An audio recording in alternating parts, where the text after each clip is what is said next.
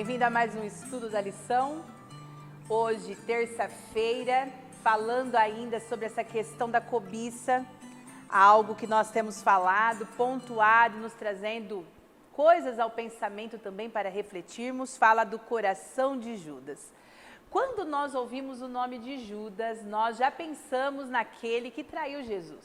Não tem como, na nossa memória automaticamente vem isso. Judas, ele era um dos 12, dos escolhidos por Jesus para estar com Jesus continuamente.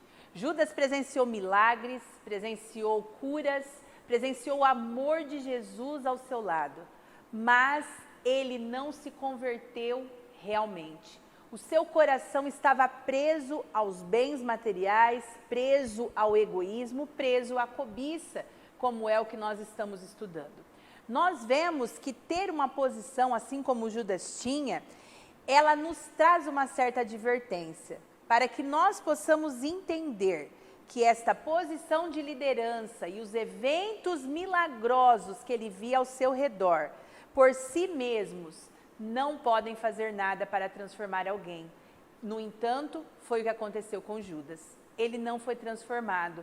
O seu coração era mesquinho, era egoísta. Ellen White coloca um texto do livro Desejado de Todas as Nações, que fala um pouquinho sobre Judas. E ela diz o seguinte, ele amava o grande mestre e ansiava por estar com ele.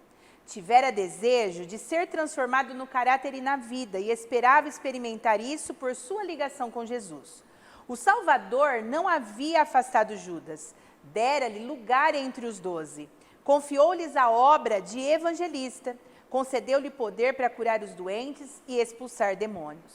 Entretanto, Judas não chegou ao ponto de se entregar totalmente a Cristo. Nós também corremos esse risco de muitas vezes achar que pertencemos a uma denominação, a um grupo religioso e que já está tudo certo, estamos salvos. Mas o que vai no nosso coração, somente Deus conhece.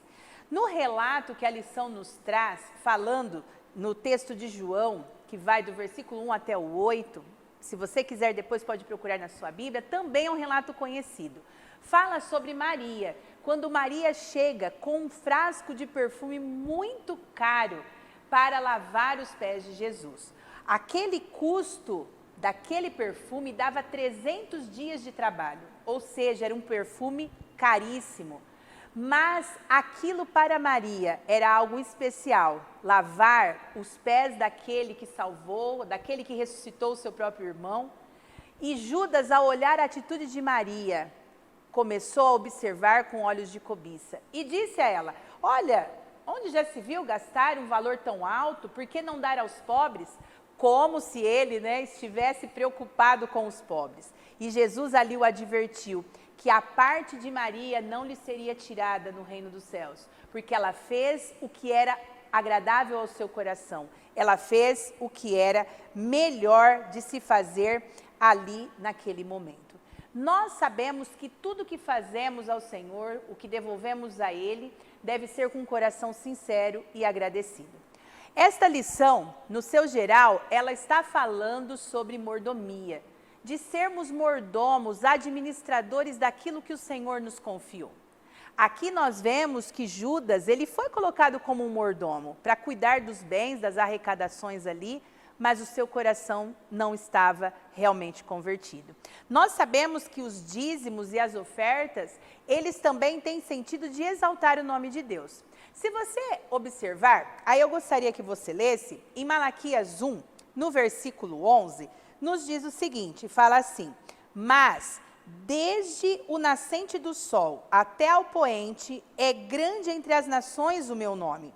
E em todo lugar lhe é queimado incenso e trazidas ofertas puras, porque o meu nome é grande entre as nações, diz o Senhor dos Exércitos. Neste texto ele chama a atenção para aqueles que estavam adorando, o que eles estavam fazendo e devolvendo. E nos traz a atenção ao que consta aqui no Novo Testamento em relação a Judas. Ele olhava apenas para os bens materiais. No entanto, quando ele sai dali, ele vai entregar Jesus aos sacerdotes. E depois a história se discorre, nós sabemos de tudo isso, que ele traz Jesus, ele engana, ele vende Jesus e depois acaba num trágico momento em que ele tira a sua própria vida. A que ponto nós estamos vivendo em relação à cobiça? Esta lição de Judas nos traz aspectos terríveis de alguém que não amou verdadeiramente, que não se entregou verdadeiramente. Não pense você que isso não pode acontecer conosco, porque todos os dias nós precisamos entregar a nossa vida e o nosso coração estar repleto do amor de Deus, para que possamos evitar estes problemas, evitar a cobiça, a avareza e esses problemas como nós temos falado aqui durante esta lição. Os desejos do nosso coração, eles devem estar pautados com aquele que tudo fez, que tudo criou e que entregou a sua vida para nos salvar. Que Deus nos abençoe, abençoe você mais uma vez neste dia e não perca a lição de amanhã. Um abraço e até mais.